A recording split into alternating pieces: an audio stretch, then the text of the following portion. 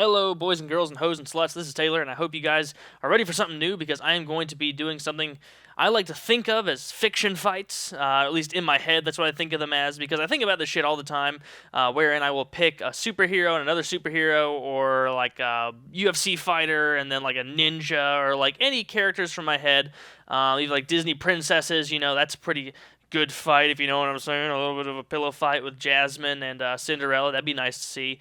I just pick these things and then I just play them out in my head when I'm super, super fucking bored. If I'm sitting in the DMV, I may do like a Superman versus the Hulk, duking it out in that cage where Spider-Man and Bonesaw originally are. Or if I'm feeling really crazy, I'll do something and put like two super intelligent geniuses in the same city together, and they have like 2 weeks and $2 million at their disposal, and I decide who would win the fight that way. So I just assign different parameters, and it's a fantastic way to cure boredom. And so I'm sharing that with you right now. You guys don't even have to think about it. I'm going to go through all the details for you. So if you would be so kind as leave a rating, that'd be tits. And the people I decided to start with for this series is Bane, because it's topical, because obviously he was in the Batman movie. And in addition to that, he is ultimately badass and my favorite Batman villain. And then I decided to choose Captain America because he was in the Avengers, and that's also pretty, not a recent movie, but it's in the ballpark of this summer. It's not like it was a really long time ago. So without further ado, I'm going to get into it. And if you guys have a suggestion for another fight that would be good, leave a comment, and then make sure you thumb or thumbs up other comments that you think are good. And also, if you think that I am wrong in my decision making and you have some empiricism or quote empirical evidence to show me why these two fictitious characters would have a different outcome of their little brawl, of their debacle, so to speak, then leave a comment, because I'm interested to see and to tell you exactly why you're wrong, because this is fact that I'm about to say. So, let's get going. First and foremost, let's start out with the pros. Let's just break it down really basic. No science and craziness here and studies. This is all gut feelings, all right? And I'm right 100% of the time, every time. So, Bane. Pros. Number one, he's got no fear. He's got no fear and he doesn't feel pain. Or at least he doesn't respond to pain. He was like doing that whole League of Shadows shit where he was a crazy intense trainer. Like, he doesn't feel, he's just not a normal dude. Even when Batman was like throwing poison and shit on him, he was like, oh, no big, don't worry, we're initiated. I can not be touched by this normal shit. I'm too hardcore, alright? So that's a huge advantage.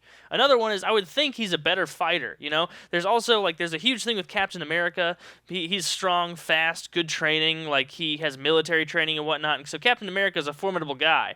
But at the same time, this is like trying to decide if a troll from Harry Potter is stronger and could beat a troll from Lord of the Rings in an arm wrestling match. Like, there's no way to quantify the strength of these two fictitious entities.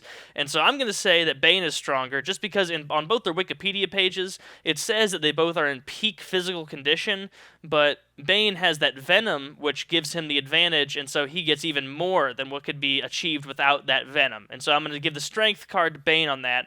As far as like speed and agility, I don't know, but based on the movies, I'm just talking about the movies, you comic book people are going to spaz out at me. It seemed like Captain America was kind of a faster dude. I don't know, though. I didn't ever see Bane go out and do a full sprint. That was part of the badass allure of Bane, is that he there's not a single shit in his entire warehouse for you to borrow. You may think there is, but there's not. There never has been one. He's shitless, completely shitless.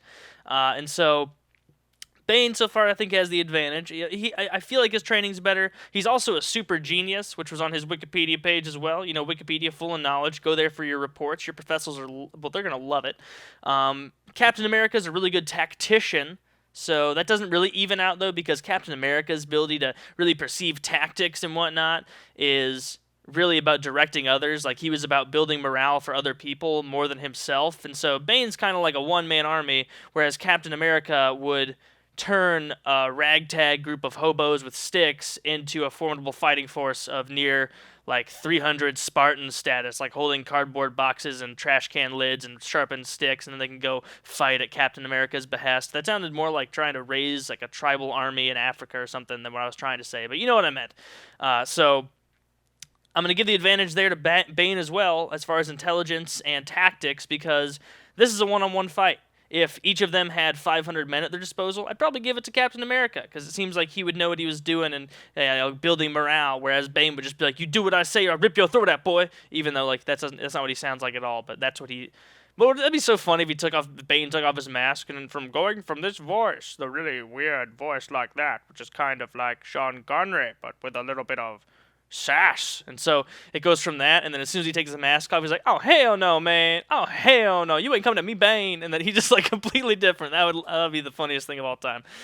So let's go on to the cons. Oh, I forgot the last pro. The biggest pro for Captain America is he has the shield. And I was trying to look up and see what the hell the shield could do, like if any powers, maybe you could like shoot a beam out of it.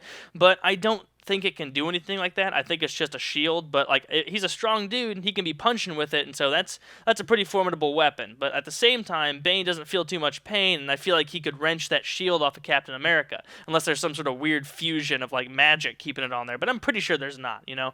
As far as cons go with each of them, Bane, he's got the facial apparatus, you know, so going by the actual comic book, he uses that to breathe venom, not because he was mutilated in the mouth or whatever the hell they were trying to say in the movie.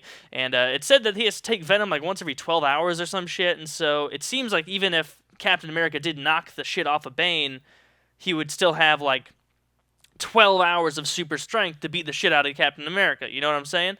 And so I don't know how much of a player that is. Maybe somebody else knows more than me. Leave a comment and enlighten me. Another big con for Bane is he doesn't have a weapon, but I was thinking about this, and it seems like most superheroes don't use weapons because they have some sort of moral qualm with it, and they're like, oh, hell no, I'm not going to use a weapon. I'm going to use this gay-ass circular shield and make it look like I'm in a musical in my free time. But bad guys, they're like, yeah, I don't give a shit. Give me an AK-47 and I'll kill that guy right in the face. I'm going to murder him to death right in the face. Murder him to death. Jesus. So that would be an advantage, but I'm not going to be arbitrarily handing weapons to people, so they only get what they're known for. The biggest cons with Captain America, he's too moral, man. If he gets down to it, imagine he has the opportunity by some random chance of, you know, just wonderful fighting, and he has like Bane pinned down, he has a shield on Bane's neck, and he can just like cut Bane's head off or some shit right there. He's not gonna do it. He ain't gonna do it. He's too moral. He's too good of a dude. He's thinking about other people. He's not as vicious, you know. He's not like an angry dog that someone let loose. He's just like a peacekeeper. Whereas if Bane is on top of the Captain America and he has his hands wrapped around Captain America's throat, you can bet your ass that Bane's going to be trying as hard as he can to tear his head off and then grab the bottom of his spine and flip his head around like that and then go on to cave in the skulls of his allies with that grotesque skull attached to the end of Captain America's formal spinal cord. That was pretty gross of an analogy, but you know, not even an analogy, just a really nasty way to kill someone. Imagine that. Imagine if they had put that in the movie, like one of the cops running at Bane just grabs his face, pulls his head out, and he just uses his spinal cord like a lash, just starts beating the shit out of other cops. That'd be pretty intense. Definitely would have made it rated R, which would have been better for me, so I wouldn't have to deal with those dumbass,